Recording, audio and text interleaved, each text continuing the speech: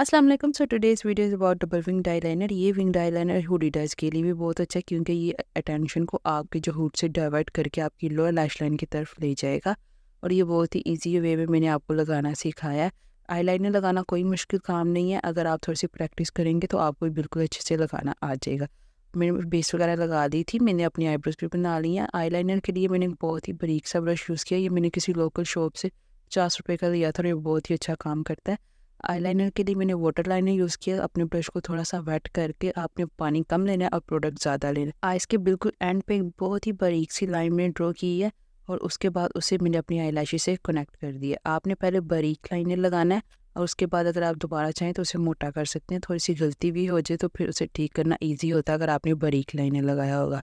जो हमारा हुड है हमने उससे डिस्टर्ब नहीं करना, हमारा जो विंग है उससे नीचे नीचे ही रहेगा जहाँ हमारी हुड की लाइन है। मेरी आइज़ जो है वो सेमी हुडेड है। अगर आपकी आइज़ मेरे जैसी हैं तो ये आईलाइनर आपकी आइज़ पे बहुत अच्छा लगेगा, लेकिन अगर आपकी आइज़ एक्सट्रीमली हुडेड आइज़ हैं तो फिर अच्छा नहीं लगेगा। देखिए हमारे हुड को डिस्टर्ब नहीं कर रहा, कर्व आता है आँख का, उससे पहले ही हमारा जो विंग लाइनर है वो खत्म हो जाए। बेसिक आईलाइनर जो था वो हमारा लग गया। अब हम नेक्स्ट स्टेप की तरफ जाएं। नीचे भी आईलैशेस के करीब जो है बिल्कुल बारीक सी लाइन लगाई है मैंने। उसके बाद मैंने जो अपना इनर कॉर्नर को बनाने के लिए मैंने ब्लैक आई शेडो यूज़ किया क्योंकि मैंने वाटर लाइनर यूज़ किया था, इसीलिए हमारे आँख में जो पानी होता है उससे अगर मैं उससे जो वाटर लाइनर जो है वो बिल्कुल ख़राब हो जाएगा। इसलिए मैंने इनर कॉर्नर को बनाने के लिए आई शेडो यूज़ किया। आप मार्कर लाइनर यूज़ कर रहे हैं तो फिर आपको मार्कर लाइनर से ही बना सकते हैं, आई शेडो यूज़ करने की ज़रूरत नहीं है। जो मेरी लोअर जो विंग है उसे मैंने थोड़ा सा उसे ब्लेंड कर लिया उसी ब्लैक शेडो से जो ब्रश पे था। छोटा ब्रश मैंने इसलिए यूज़ किया कि छोटा ब्रश हैंडल करना ईजी होता है। अगर आप बिगनर हैं तो आई शेडो से लाइनर लगाना ज़्यादा ईजी होगा। ब्रश को थोड़ा वेट करके किसी भी आई शेडो से आप आई लाइनर लगाएं। अपने नेल से विंग को मैंने थोड़ा सा शार्प, इसे बिल्कुल जो हमारा विंग है बहुत ही बारीक सा उसका जो एंड होता है बहुत बारीक हो जाता है। आई बैक को बनाने के लिए मैंने ब्राउन शेडो यूज़ किया। आप कोई भी ब्राउन आई शेडो यूज़ कर सकते हैं। इसके लिए मैंने जो मरियम परवेज़ की स्काईफॉल पैलेट है उससे वो कॉफ़ी शेड लेके उसे अपना आई बैक बनाया है।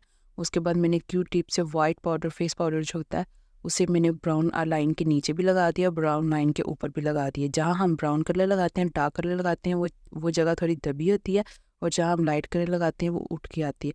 उसके बाद एक छोटे ब्रश से मैंने शिमर शेड लेके जहाँ मैंने वाइट पाउडर लगाया था बिल्कुल वहाँ अपने आई बैग के ऊपर मैंने ये लगा दिया है शिमर शेड। इससे थोड़ी शाइन आएगी तो वो ज़्यादा प्रोमिनेंट होगा।